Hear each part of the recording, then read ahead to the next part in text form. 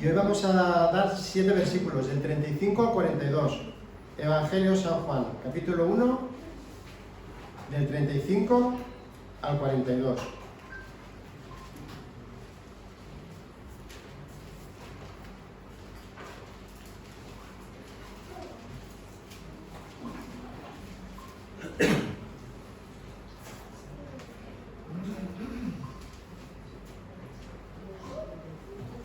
Vale, pues nos dice así, vamos a leer 2 textos, ¿vale? Uno de Juan y luego vamos a ir a Marcos.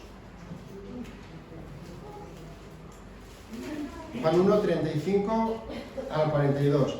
Dice así, el siguiente día otra vez estaba Juan. Acordaros de eso, estaba Juan, el Bautista, ¿vale? Y 2 de sus discípulos. Y mirando a Jesús que andaba por allí dijo, he aquí el Cordero de Dios. Y le oyeron hablar los 2 discípulos y siguieron a Jesús. Y volviéndose a Jesús, viendo que le seguían, les dijo, ¿qué buscáis? Ellos le dijeron, Rabí, que traducido es maestro, ¿dónde moras? Les dijo, venid y ved. Fueron y vieron dónde moraba, y se quedaron con él aquel día, porque era como la hora 10:00. Andrés, hermano de Simón Pedro, era uno de los 2 que habían oído a Juan, y habían seguido a Jesús. Este halló primero a su hermano Simón y le dijo, hemos hallado al Mesías, que traducido es el Cristo. Y le trajo a Jesús, mirándole Jesús dijo, tú eres Simón, hijo de Jonás, y tú serás llamado Cefas, que quiere decir Pedro. Este es el texto que vamos a meditar en esta mañana.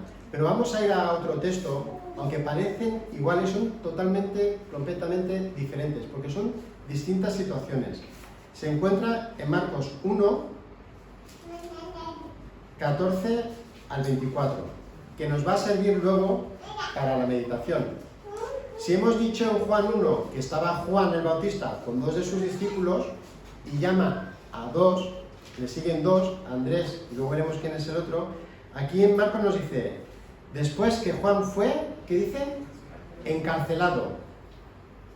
Ya no está Juan en el río Jordán, viendo a Jesús y con los 2 discípulos, sino que nos dice aquí, después que Juan fue encarcelado, Jesús vino a Galilea predicando el Evangelio del reino de Dios, diciendo, el tiempo se ha cumplido y el reino de Dios se ha acercado. Arrepentíos y creed en el Evangelio. Andando junto al mar de Galilea, vio a Simón y a Andrés su hermano, que echaban la red en el mar, porque eran pescadores. Y les dijo Jesús, venid en pos de mí y haré que seáis pescadores de hombres. Y dejando luego sus redes, le siguieron. Pasando de allí un poco más adelante vio a Jacobo, hijo de Zebedeo, y a Juan, su hermano, también ellos en la barca, que remendaban las redes. Y luego los llamó, y dejando a su padre Zebedeo en la barca con los jornaderos, le siguieron. Vemos 2 situaciones que son completamente diferentes en el tiempo. Vemos que Juan estaba bautizando.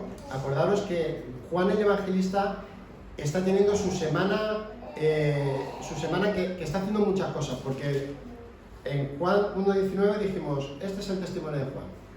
Luego nos dice, el siguiente día dice que vio Juan venir a Jesús. En el 35 nos dice, el siguiente día Juan está con 2 de sus discípulos. En el 43 nos dice, el siguiente día nos dice que llama a Felipe y a Natanael.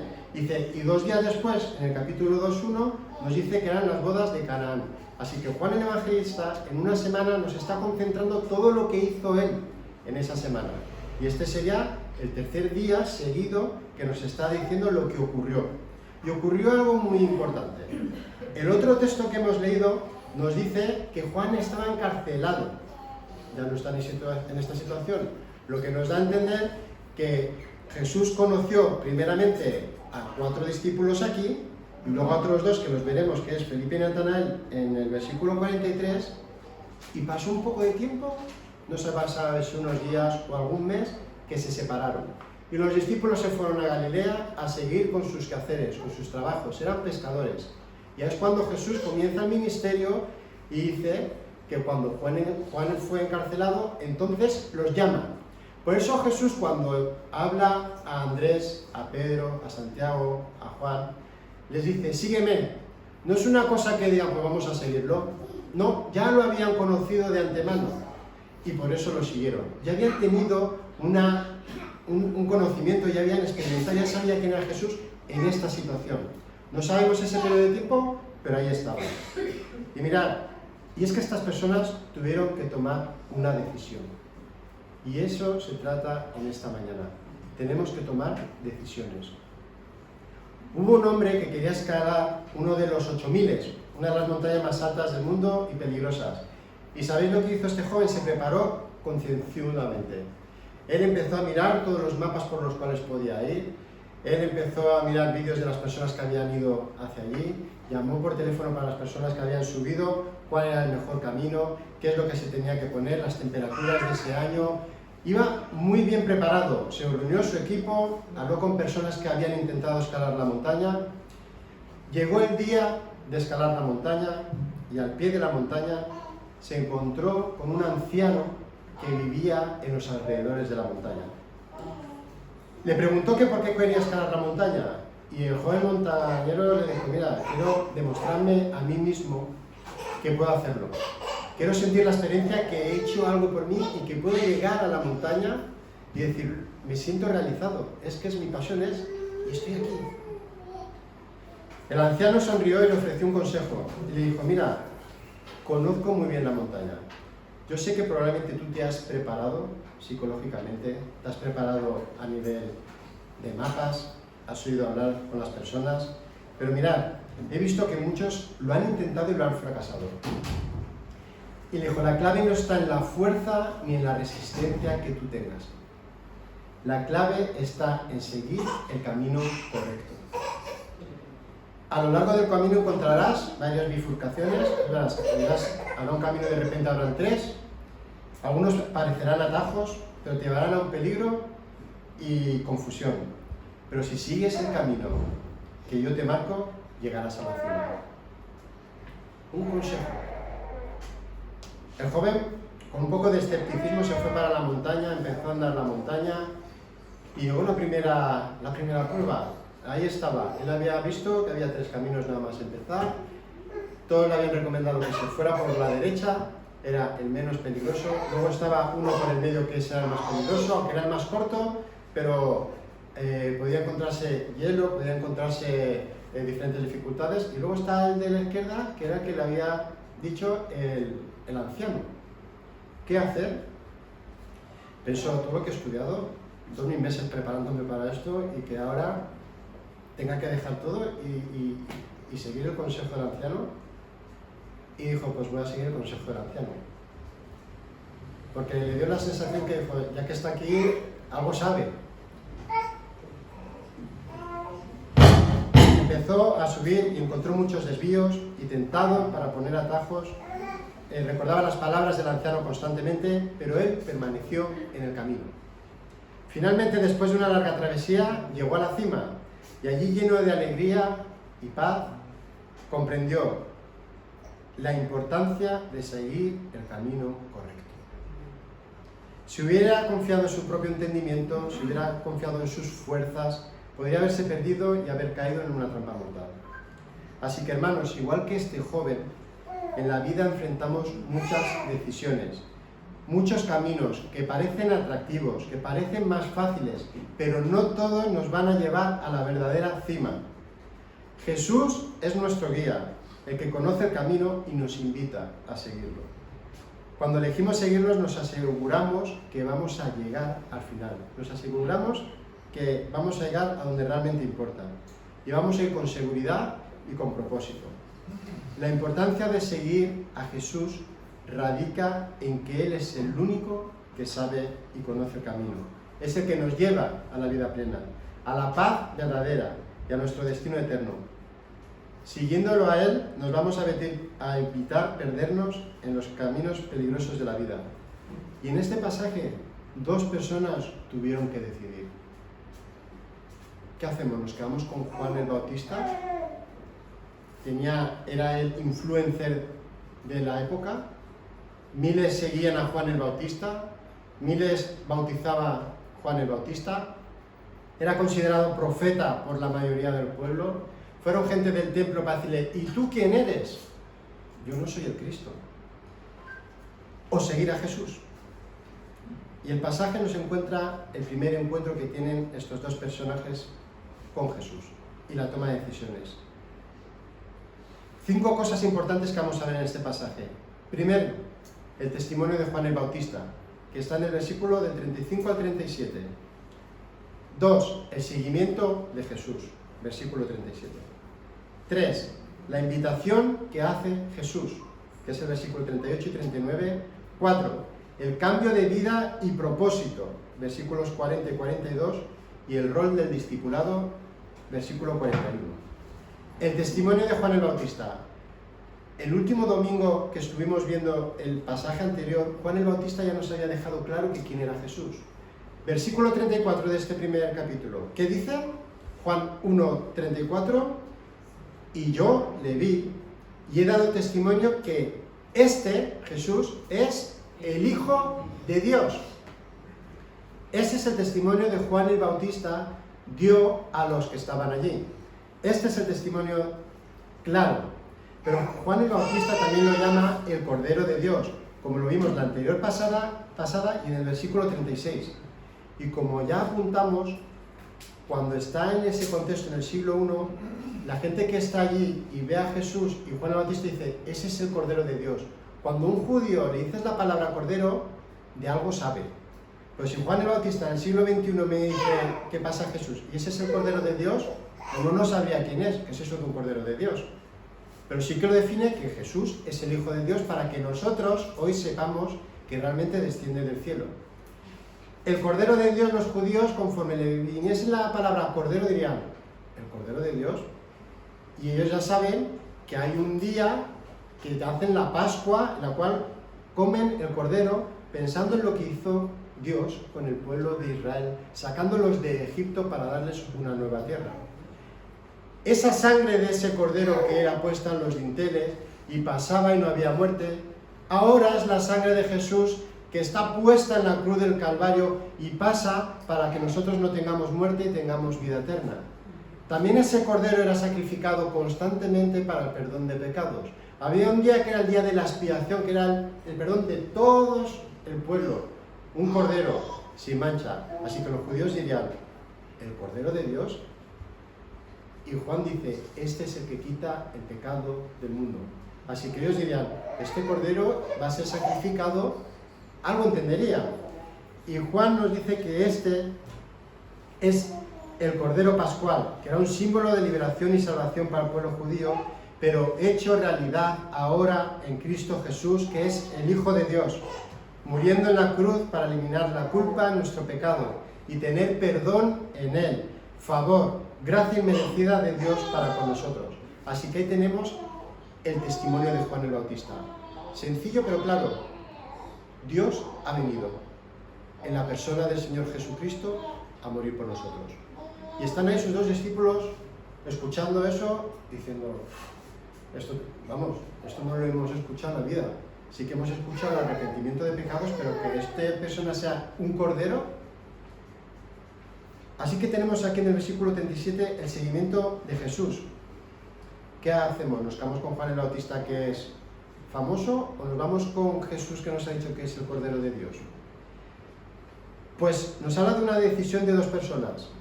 De Andrés, nos lo dice en el versículo 44 explícitamente, Andrés, y otro discípulo que no se nombra, pero el versículo 35 nos dicen que eran dos. Y como hemos comentado en el Evangelio de Juan, Juan nunca se autodenomina en el Evangelio, siempre suele decir, y el discípulo amado, pero todos sabemos que era Juan. Y se acuerda porque nunca olvidaría ni ese día ni esa hora. Nos dice en el versículo 39 que era la hora 10ª.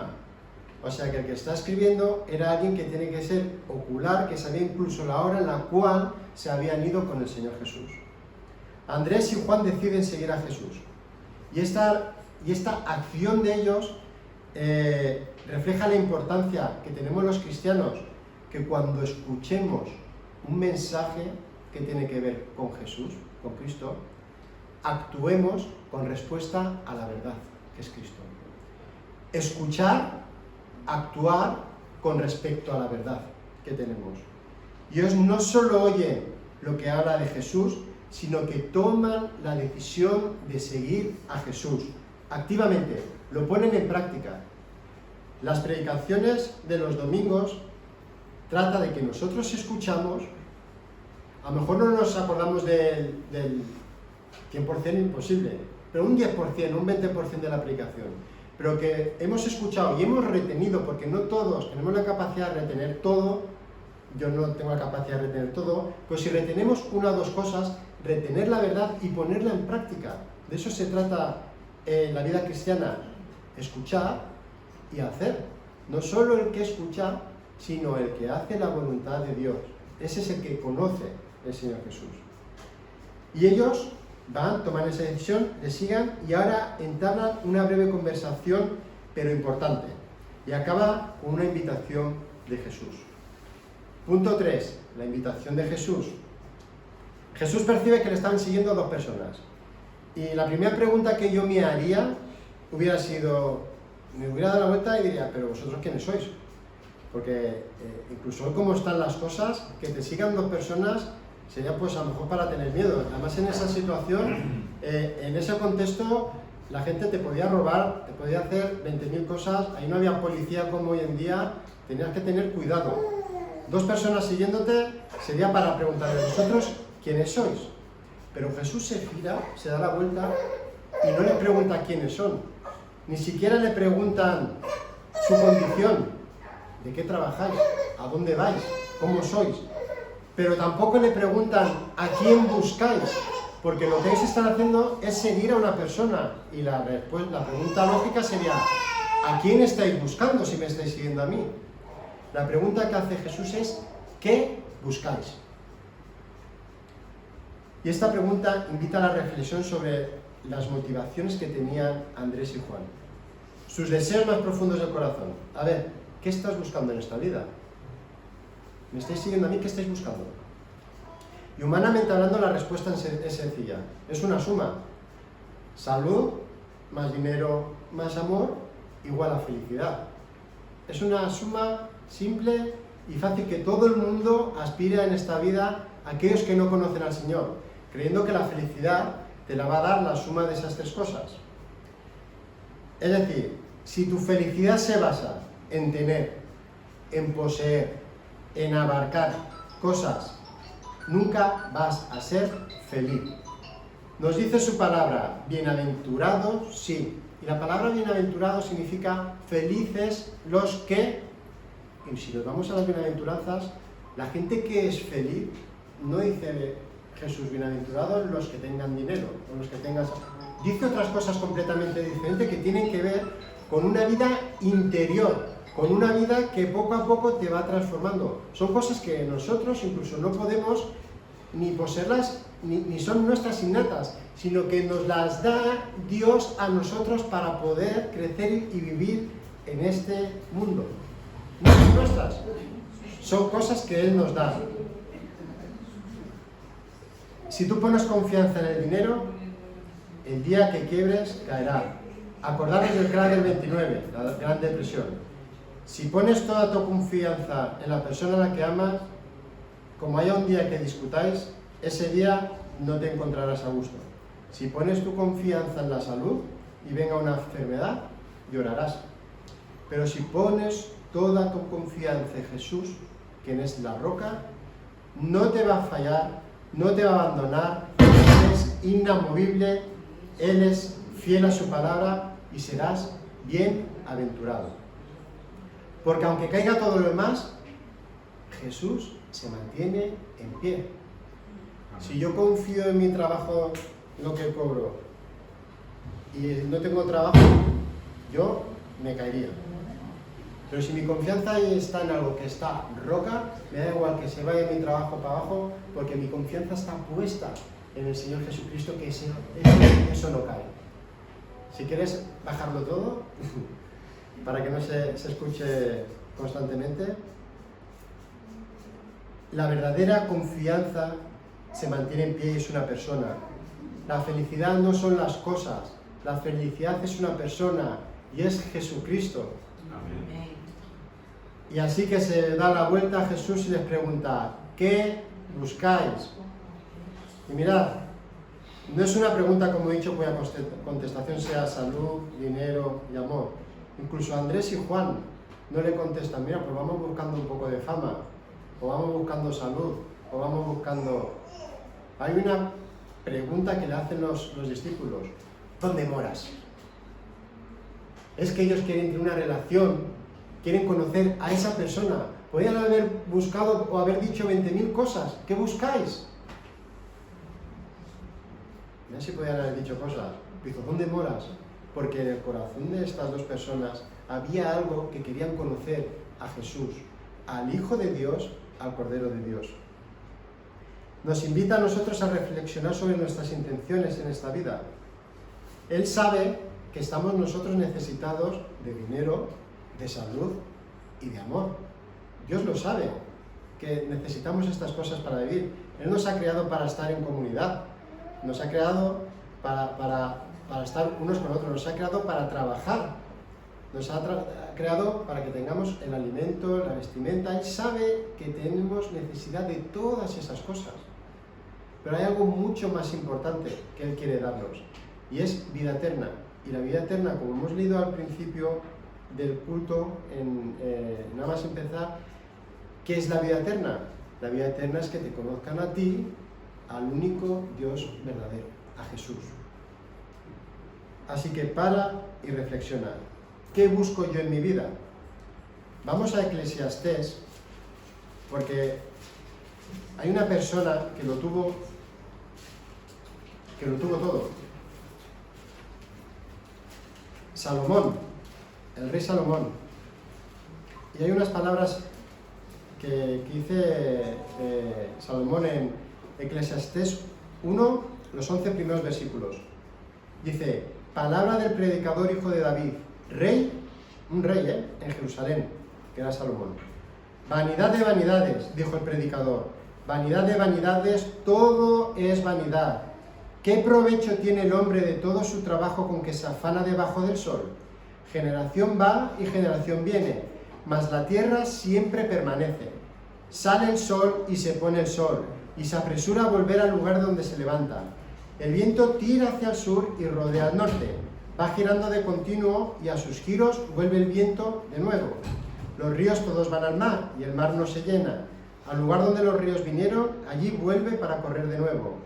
Todas las cosas son fatigosas, más de lo que el hombre pueda expresar. Nunca se sacia el ojo de ver, ni el oído de oír. ¿Qué es lo que fue? Lo mismo que será. ¿Qué es lo que ha sido hecho? Lo mismo que se hará, y nada hay nuevo debajo del sol. ¿Hay algo de que se pueda decir, he aquí esto es nuevo? Ya fue en los siglos que nos ha precedido. Dice, no hay memoria de lo que precedió, ni tampoco de lo que sucederá habrá memoria en los que serán después. Y el último versículo de Eclesiastés, versículo 13, dice, el fin de todo el discurso oído es este, teme a Dios y guarda sus mandamientos, porque esto es el todo del hombre. Salomón, teniéndolo salud, dinero y amor, dijo que todo era vanidad de vanidades. No había nada que llenara su vida. De hecho, conforme más estudiaba, su corazón más afligido estaba. Hermanos, nosotros ya no nos vamos a acordar quién fue el campeón de España del 55 del maratón. ¿A que no lo sabéis? Yo sí, porque fue mi abuelo. Pero os quiero decir que por mucho que haya podido, mis hijas hoy en día, cuando tengan sus hijos, ¿sabéis quién va? Cuando digan Francisco Juan López, ¿quién fue? Desaparecemos. En 4 generaciones, familiares descendientes nuestros no van a saber ni que existimos. De hecho, podemos pensar, todo el mundo conoce a Felipe VI. Pues 5.000 millones de personas no saben ni quién es. Nosotros que estamos en España sí, pero si tú te vas a pueblecitos, aldeas de Asia perdidas, aldeas perdidas de Sudamérica, de Centroáfrica, no saben quién es. Es un rey. De hecho, no nos conocemos ni quién fue el 5.º rey visigodo de España. Todos pasamos y todos se van a olvidar de nosotros. El impacto que nosotros podamos tener está aquí, ahora, con nuestros familiares, con nuestros vecinos, en la iglesia, donde el Señor nos ha puesto, esto es del hombre, que conozcan al Señor Jesucristo y que hablen a otros, que hay una esperanza nueva, que esto no se acaba aquí, que de aquí los que creen y tienen fe en el Señor Jesucristo vamos a vivir eternamente con Él, eternamente. Y aquí está la decisión que tenemos que tomar. La pregunta de Jesús es significativa, porque subraya que seguirle no se trata simplemente de buscar beneficios que Él nos pueda dar, beneficios inmediatos o superficiales. Es un llamado a entender que seguirle implica compromiso, que significa tener una relación personal con Él. Y estas dos personas, Andrés y Juan, buscaban estar con Él. ¿Dónde moras? Todo se trataba de querer estar con Él. ¿Qué buscamos? Hay un mito, el mito de Sísifo. En la mitología griega, Sísifo era un astuto y un desafiante engañador a los dioses. Y varias veces engañaba a los dioses. Los dioses le decían que tuviera que hacer eso y Sísifo hacía otro. Esto es mitología, no es verdad, pero es mitología, lo que escribían los escritores griegos, para hacer una enseñanza de algo, ¿vale? Y era tan astuto y tan arrogante que finalmente los dioses castigan con un castigo eterno a Sísifo. El castigo fue impuesto por Zeus. Te voy a castigar por la eternidad. Y Sísifo le preguntó, ¿cuál va a ser mi castigo? Y dice, pues tu castigo va a ser empujar una roca inmensa, cuesta arriba, hasta la cima de la colina, solo para que yo pueda verla rodar de nuevo hacia abajo y repitiendo así la tarea interminablemente, es decir, eternamente. Este mito nos enseña el absurdo de la existencia, porque cada día, como Sísifo, te levantas y ya vas con el peso de buena mañana ya, todo loco, los desayunos, el colegio, el trabajo, una piedra pesada, que vas. Y constantemente nuestra vida es así. Es así si no conoces al Señor Jesucristo. Son repeticiones constantes cada día que estamos haciendo. Y a veces es absurdo, porque incluso el universo no conoce ni que estás aquí. Y vamos haciendo, como Sísifo, estas tareas constantemente repetitivas, una y otra igual. Da igual la vida humana, es una serie interminable, tareas repetitivas y a veces sin un propósito. Pero aquí hay dos caminos. Si tú no conoces a Dios, te vas a levantar, vas a empezar la tarea repetitiva una y otra vez. Y da igual lo que hagas, pero tu vida será, cuando llegue el fin, un fracaso, aunque no, si no has conocido al Señor. ¿De qué sirve si ganas al mundo entero y vienen esta noche a pedirte tu alma? ¿De qué te sirve? Ahora, si tú conoces a Dios, si hemos entregado nuestras vidas al Señor, si lo seguimos, como Él nos dice, Jeremías nos dice, mira, si tú no conoces al Señor, te voy a dar un versículo en 29:13, Jeremías 29:13, que le dice, y me buscaréis y me hallaréis, porque me buscaréis de todo vuestro corazón. Si tú estás buscando, es la pregunta que le hace Jesús a las dos personas, ¿qué buscáis? Su palabra en Jeremías dice que si tú buscas, lo vas a encontrar. El mismo Jesús dice que el que busca, encuentra y lo halla. Realmente, a lo mejor dices, es que hace algo. Jesús vino, Juan el Bautista dijo que este era el Hijo de Dios. Y hay dos posibilidades. Si realmente era el Hijo de Dios, Jesús, todo lo que dijo es verdad. Así que hay un cielo y hay un infierno. Y si no fuera así, al final todos morimos y no ha ocurrido nada. Desapareceremos como las estrellas errantes y da igual. Una vida sin propósito. Pero si conoces a Dios y lo encuentras, cuando lo encuentres, solo vas a poder hacer una cosa, que seguirlo. Y es lo mismo que le ocurrió a estos discípulos, que cambiará tu vida. Hay un momento, como hemos leído, que Jesús los conoce, ¿vale? Está Juan el Bautista y dice, es ese. Y luego hemos leído otro pasaje que nos dice que cada uno está en su tarea y Juan el Bautista está encarcelado. Y estos vuelven a sus trabajos. y los vemos como Jesús los llama definitivamente. Y aquí la palabra ya ellos habían ido a su trabajo, a hacer sus tareas rutinarias, como Sísifo. Pues bueno, vemos dos que están pescando y la otra pareja, Juan y su hermano, estaban con las redes, intentando arreglarlas, constantemente, repetitivo. Pues bueno, trabajamos, a ver hoy qué nos sale, al colegio, una vida sin propósito. Pero cuando se presenta Jesús, todo cambia. Cambia la identidad de ellos y el propósito por el cual son llamados. Ellos se pensaban que su propósito cuando nacieron pues sería tener el local pescatería, ¿no?, de los Cebedeo. Tenían ya su oficio de pescadores, sabían, bueno, pues nos dedicaremos ya toda nuestra vida a ser pescadores, a la venta, a subsistir. Pero Jesús cuando se presentan dice, mira, lo que tú creas y puedas pensar que vas a ser en este mundo, yo te lo voy a cambiar. Porque no vas a ser pescadores, sino que vas a ser pescadores de hombres. Nosotros a lo mejor tenemos una idea cuando somos pequeños de que, bueno, pues tengo un propósito en esta vida de que voy a querer ser cantante de ópera. Y tú sigues en tu mundo con tus rutinas, esforzándote, y cuando conoces al Señor a lo mejor te dice que no vas a ser cantante de ópera, que vas a ser conserje de un colegio, porque tú estás llamado para un propósito mucho mayor que es para darme gloria a mí en medio de las naciones. Si buscas a Jesús, encontrarás vida eterna. Por eso hoy te dice Jesús como a estas dos personas, versículo 39, venid y ved. ¿Qué vamos a hacer? Es una invitación personal, implica una experiencia directa con Jesús.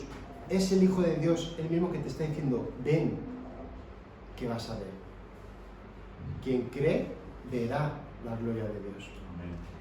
No solo saber de Él, porque hay mucha gente que cree que sabe de Él. Lo importante es conocerle a Él. Profundizar con el Hijo de Dios. Punto 4. Cambio de vida y propósito. Los últimos 3 versículos. Nos dice que Andrés lleva a su hermano Simón a Jesús y al encontrarse, Jesús le cambia el nombre. Es decir, le cambia, tú antes eras una cosa, pero Pedro, tú para mí vas a ser otra cosa. Para los ojos del mundo nosotros podemos ser piedrecitas, pero para Dios somos piedras preciosas los cuales se nos usa para llevar el Evangelio. A nosotros lo que nos tiene que importar es lo que Dios piensa y sabe que somos nosotros, no lo que el mundo piensa y puede creer que somos nosotros. Así que tenemos nueva identidad en Cristo. Ahora somos hijos de Dios. Antes estábamos fuera, apartados de todas las bendiciones, muertos en delitos y pecado, y hemos pasado de muerte a vida. Y ahora, como dice su palabra, somos hijos de Dios. Un encuentro personal con Jesús transforma radicalmente nuestras vidas y el propósito que nosotros podemos pensar que tenemos en esta vida. Si tienes un encuentro personal con Jesús, va a azotar tu vida, te la va a cambiar, no solo internamente, sino externamente, porque su propósito es mayor que el que nosotros podemos pensar, porque nuestros pensamientos no son sus pensamientos, ni nuestros caminos son sus caminos. Son más grandes de lo que nosotros podemos pensar e imaginar. Y último punto, el rol del discipulado. Andrés no guarda la experiencia para sí mismo, sino que va inmediatamente a buscar a su hermano para compartir la buena nueva. No solo es seguir a Jesús, sino que también es llevar a otros el Evangelio. Es llevarlo a Cristo. Así que, hermanos, este pasaje nos desafía a reflexionar sobre nuestro propio seguimiento de Jesús, el testimonio que damos, invitar a otros a conocer a Cristo y estar abiertos a una transformación en nuestras vidas. Si no conoces a Jesús mismo te está diciendo que ven y lo verás. Que el Señor os bendiga. Amén.